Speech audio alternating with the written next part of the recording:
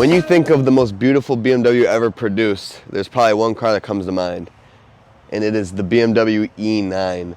The most beautiful, elegant car I think ever produced. I may be biased, but these things are special.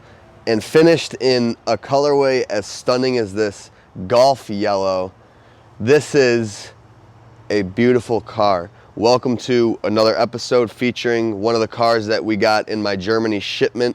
In the last episode you guys saw, I just did a quick walk around, but I wanted to give you guys a full feature on this car because it is absolutely beautiful. So the BMW E9, for a quick little background, produced from 1968 to 1975, but really only 74. Started off as the 2800 CS, all the way to the 3.0 CS, to the 3.0 CSI, to the CSL, and I believe that's where they end. I don't think there's any other special editions past that. 2800 CS is a 2.8 M30 with carburetor. 3.0 CS, which is my silver car, is 3.0 M30 carbureted. 3.0 CSI, coupe sport injection. It's fuel injected. That's what this has, which I believe brings up to about 200 horsepower or something like that. And then the CSL is the lightweight model with the same engine. But this is a CSI. This is fresh off the boat from Austria.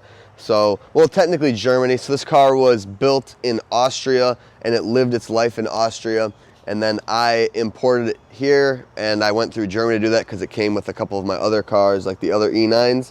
So it's an Austrian heritage car, but Germany was a stop along the way. So this thing has been in America for less than a week. It is fresh to the American market, and I am presenting it to, well, you guys, or bring a trailer. So if anyone's seriously interested in the E9, please send me an email, leave me a comment. We can go over the car, the other cars, whatever you want to see. But let's walk around and check out the beauty of the BMW E9. Just an absolutely beautiful coupe. So starting off at the front end, E9s have this really beautiful, sleek front end where it's not really a detachable front end. The fenders come around the hood and kind of crest the hood, which is an issue for body repair. So like if you were to get in an accident in one of these cars, it would be a nightmare because it's a unibody car. But other than that, I think that's just really pretty how they do it. You got the chrome Euro bumpers that are beautiful. The nice long narrow kidney grille, basically how a kidney grille should look. And then 4 circle headlights similar to any 70s, 80s, 90s BMW with the typical, headlight surrounds. You got body color down here through the from the valence, which is really pretty, and you got your little crash stoppers right here. So this isn't US, obviously. US cars had diving boards. These are Euro bumpers, but they still came with the nice little padding for bumps here and there. You got your turn signal reflectors on the side, nothing in the front. Overall, a very beautiful front end. And then you come to the side profile of the E9, the most beautiful side profile ever. And the reason for that, B-pillarless coupe. And I think that still to this day, everyone loves their B-pillarless coupes because of how unique they look. Like the E31, very cool looking car. This is the car that started the B-pillarlessness. That's a lot right there. But basically, so when the windows go down, you have no pillars. Actually, I'll demonstrate it. Why not? So, power windows for the 70s. They're a little slow, but, better than nothing. There we go. Had to finagle with the switch. So, once you got the windows down, that is so cool. I've actually never even enjoyed one of these with all the windows down yet, because my silver car, the windows don't work. But yeah, so this is just a really unique thing, right? And I think it's really cool. And then you got the beautiful slim little C-pillar with the roundel on the side, which is probably one of my favorite touches on this car. The chrome trim that lines the body of the car, and way beyond its years is a door handle that is basically tucked in with the trim, so it doesn't really look like a door handle. I've literally had people come up to me and say, how do you open the door of this car? And I'm like, well, right there, baby. It's slick. And I think it's really, really cool how they do that. I mean, that you don't see that. You see that in like high-end modern cars, like high-end stuff. That's really crazy that these had it. They got the fender vents right here. This car has them in chrome. Usually you find them in black, but I think the chrome fits really well. Chrome hood, chrome window trim, chrome mirrors. I mean, these are all chromed out. They're 70s after all. But this is basically, if you're wondering where the E46 M3 got its like fender vents from, this is the one that basically inspired that, the E9. This car has a nice little door rubber stopper, just so you don't ding the doors. You got smoker windows here, which are crank, if I can figure out which way it goes. So you open these and gives you some ventilation, which is nice. This thing is on the stock 14-inch wheels. I have 16-inch Alpinas for it, but I feel like people would prefer these cars are kept original. So I'll probably leave it on these. Coming around the back of the E9, I think E9s have a really, really cool and unique back shape.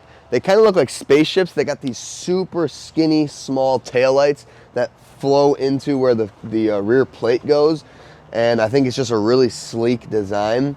Chrome bumpers, of course. License plate lights are on the bumper itself, which is really, really cool. BMW Rondell 3.0 CSI badge on the trunk, really big badge.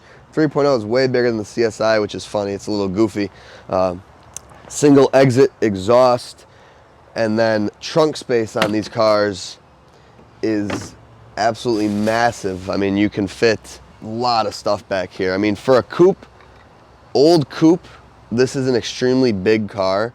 The weight of an E9 is actually like 3,000 pounds, which coming over to something like an E34 is hardly lighter than an E34, which, you know, just looks like a much beefier car. But the E9s followed suit to like the 70s, 60s era where like cars were just big and kind of gaudy. So like it's got a super long nose. It's a big car. It's longer than an E34, which is a 90s 5 Series. And typically, when you think of old BMWs and their progression of size, you think, okay, they started small and they got really big. So you got E28, led into an E20 or an E34. It's a much bigger car. But the 70s was kind of its own thing, man. I mean, the 2002s were tiny, but when you get to these big coupes, this thing basically not dwarfs, but this is bigger than an E36, bigger than an E46. Honestly, I feel like it's probably the same length, if not slightly shorter or maybe larger than an E92. I can't say. I'd be interested to look up that fact because it feels like it would be a little bit longer, but it's hard to say. But so they're kind of in their own world. They don't really follow to the traditional size. This is bigger than most 80s and 90s BMWs. But I mean, this is just an immaculate condition car, fully restored in Austria some years ago. I don't have any of the history about it. Somehow it was all lost, but I mean, there's no such thing as original paint that looks like this paint. It is literally perfection. Absolutely beautiful. Coming into the car, you got beautiful black leather, again, fully redone. It is so supple, so nice. The seats have chrome lining all over them, which is beautiful. Similar to E24s, it's got the chrome door sill lining. Door cards, if you can see it on camera. You got your little storage bin right here, window control, ashtray in both the front doors, of course. Here's your little Karmann badge. E9s are built by Karmann, which is, if you know of the Karmann Ghia, basically just a body manufacturer back in the day. So BMW outsourced the styling to Karmann. If you look at this car, I mean, it screams Karmann, right? Just the way it kind of looks. This came with a stock wheel, but I think the Nardi fits better because it matches all the wood trim that goes throughout the car. Who doesn't love a Nardi? Chrome and wood, that just follows suit to the E9, right? 4-speed manual, nothing too crazy in here. We got this cool carpet, which is like black pebbled with like brown, it kind of. And then coming into the cluster area, you got similar to 2002, you got the E9 cluster, which is the 4 big circles, kind of like your headlights actually. It's kind of interesting. Fuel, coolant temp, a couple other lights, and then you got your kilometers, tack, and your clock. I'm not sure what UPM means, you know, because it's not revs per minute, it's not RPM, it's UPM. Units per minute, I have no idea. This car has 67,941 kilometers on it. And that actually clicks over. I mean, a car being restored, the odometers don't really mean much on these cars because they're only 5 numbers. So it could be 167, it could be 267. You really don't know. But when they're restored, it doesn't really matter. To get into the hood, you come over here, drop down this, and you got a little hood latch right here. Pop that, and you're in. It's also your fuse box panel right there. 71 E20 or E24s. 71 E9's got a big old storage space right here. Some of them have radios. This car has rear deck speakers, but no radio. I don't know what happened there, but there's the back seats. Oh, we got a little hoodie, some merch, advertisement. Back seats, similar to E24. They look like they tuck you in really nicely. Super nice. Ashtray right there. I've never opened that. No other center console, just your e-brake. Then you got your electric window motor control, like the speed control, cigarette lighter, your power window switches, wood shift knob, zippered up shift boot, glove box, you push this button. Got a nice high-vis vest right there. There's another look at the door card with the cool black texture to it. And then leather dash, storage containers here. I believe that would be a speaker. Crank sunroof, your little visors. E9's all got these weird perforated like leather headliners, which aren't really attractive in my mind. It's probably the one downside of the car. It's not my favorite look right there. But climate controls, confusing as ever on all these 71s. You got your fan speed, you know, temp, and then this is upper vent, lower vent, open, closed, I believe. So I finally learned it, and the blower motor does work on this car, which is cool. And basically, that's the interior. I'll head to the engine bay real quick, and then we'll take this thing for a spin. So the hood obviously opens in true clamshell fashion, takes a little bit of force. What's cool about the E9s is the body color is brought into like a really full polished effect on the arches here. I guess it depends on who restored it. So like this car has a way of interesting method of restoration, which I'll show you in a little bit. Not a method, but if you notice, I got the VIN tag here, which is usually supposed to be over there. There's another one on that side. The original one's here. They put a remand one over there. I don't know why they did it like that. You got a chrome strut brace. Then here is the M30 B30 fuel injected. So they've been running M30s since 1968. Tried and true motor. Nothing too special in here. I mean, it's a nice little M30, right? It's similar to an E12, M30 B28. You know, it looks familiar, which is nice. Here is the original VIN sticker. You can tell by the method of stamping, and when I show you the other one, you'll see the difference. But this is the OG one kept over here. So that's where you got your VIN. The VIN is only in two places on E9s. It's on that sticker, and then it is over here on the cowl. So you can see right there, 2260549. So that and this have to match. Then here's basically like a remand sticker. The way it's stamped is not factory stamping. I don't know why they didn't just put that back there, but... And then, yeah, nice little air box. This color is just so cool. The way just seeing it in the engine bay, seeing it all over is just really, really special. So beautiful, beautiful car.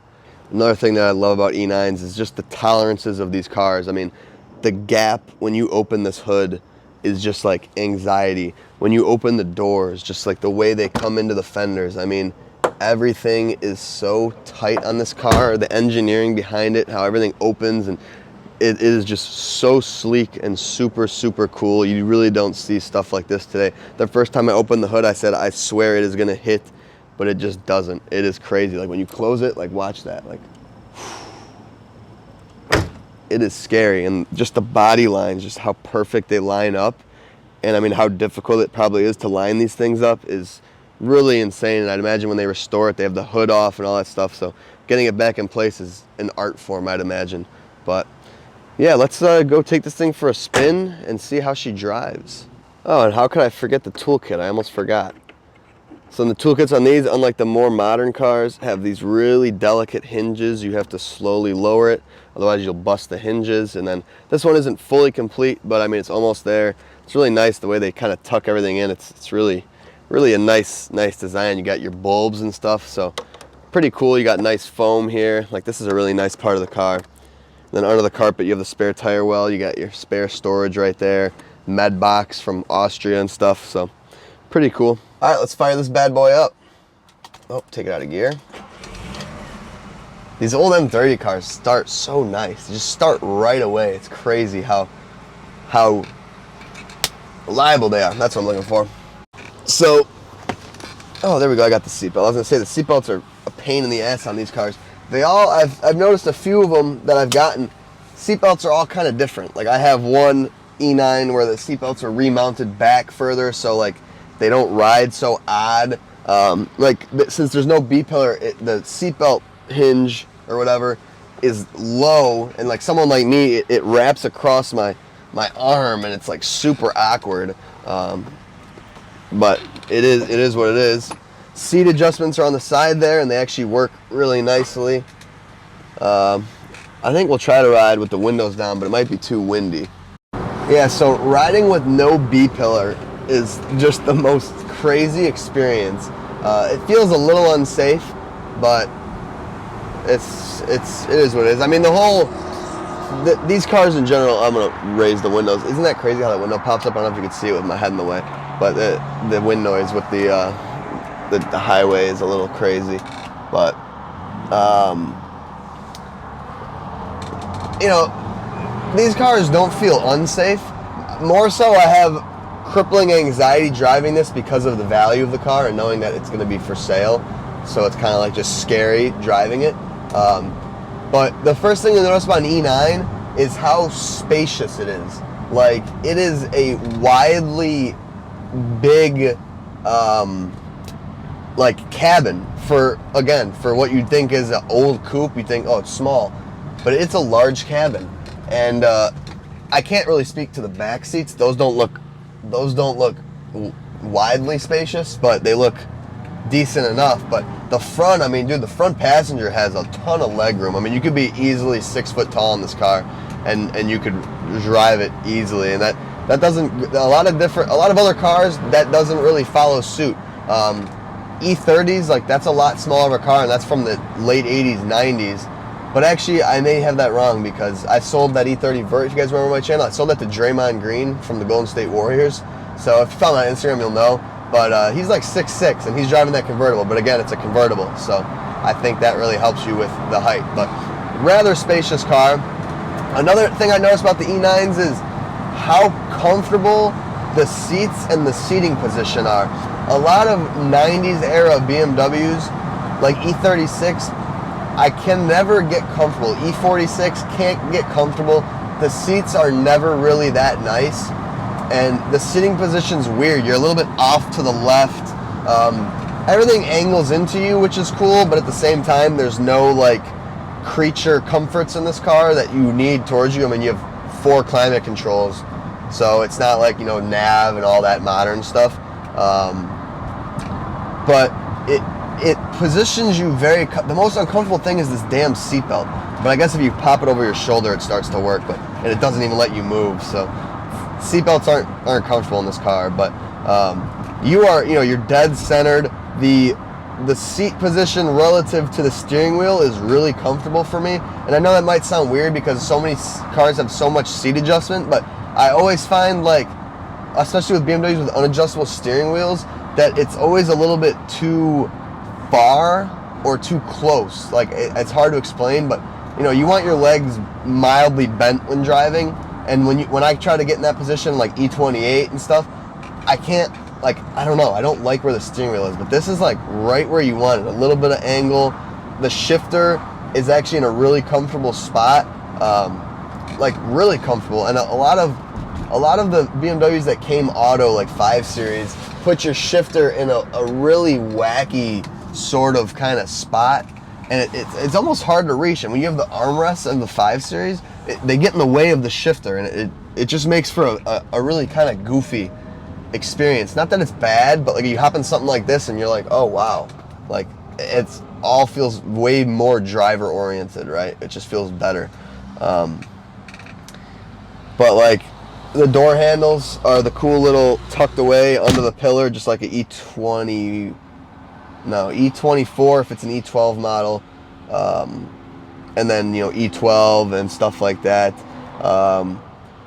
One thing you'll notice if you're riding around in a Golf Yellow E9 is that you will turn more heads than any other car I have ever been in. I mean, like, people are drawn to this car, as you'd imagine. I mean, it has a crazy look to it, and it has a crazy vibrant color. So, like, if you want every single person to be, like, looking at your car, this is the car for you. It is a head turner. And I've been in a lot of head turning cars, right? But nothing like this car. This and my 62 Chevy were pretty head turner. My yellow E36 M3 is a head turner, but I think this even has the E36 beat. And I mean, this is appreciated by people of all ages because it's such a classic and such a pretty car. Not everyone loves, you know, a lowered E36, but everyone loves something like this. A pristine classic is special. But now, how is it driving? It is, it's definitely floaty. It's definitely a little bit of a spaceship, a little bit of a boat. Not super precise, but also not bad. I've been in a lot worse cars that feel a lot more floatier and indirect, you know, steering box cars. The steering response on this car is actually not bad. I mean, I could obviously do this going straight and it doesn't send me off the road, which means that it's not great, but it's really not bad. They're pretty nimble. Let's do a little speed test. Let's drop her in a second. Let's take this thing to red line, man. Why not?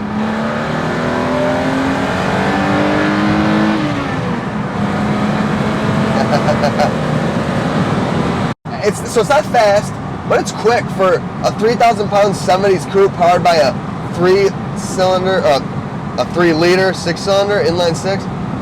It actually gets up and moves, even in fourth. I mean, it's pretty solid. It's a fun experience, and you know, this is before the days of sound deadening and stuff, so it kind of just like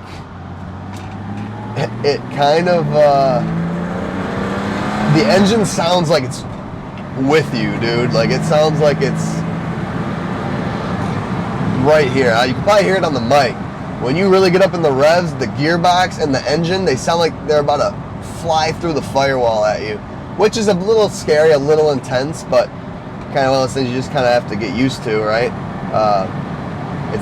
It's fun for sure.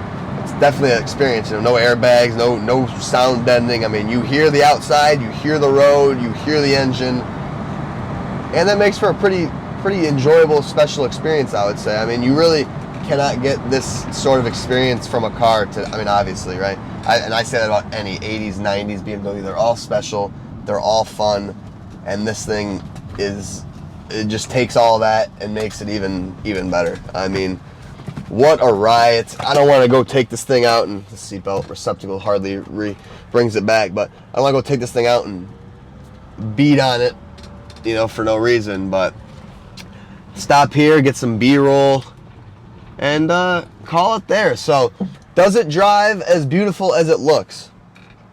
I mean, yeah, dude, it's a freaking special driving experience, dude. It's you got to drive one to just understand, but you feel like you're in a piece of art, you feel like you're in a piece of history, and that makes for both an extremely fun and exhilarating experience and also a scary and anxiety-ridden experience, because I mean, we all know these cars are valuable. It's not like my personal E28 I finished, I can just rip and whatever. Like, I gotta respect the car, but also I gotta test it to I know that it's solid for the next owner. So, but yeah, I hope you guys enjoyed this little video of checking out a BMW certified classic. Hope you guys enjoyed. If you like the style of this video, I think I set up a little more, you know, professionally. Let me know. Hopefully the production's good with the mic and stuff nowadays, but thank you guys so much for watching. I hope you enjoyed, and I'll see you in the next episode featuring whatever car we decide to feature. Peace.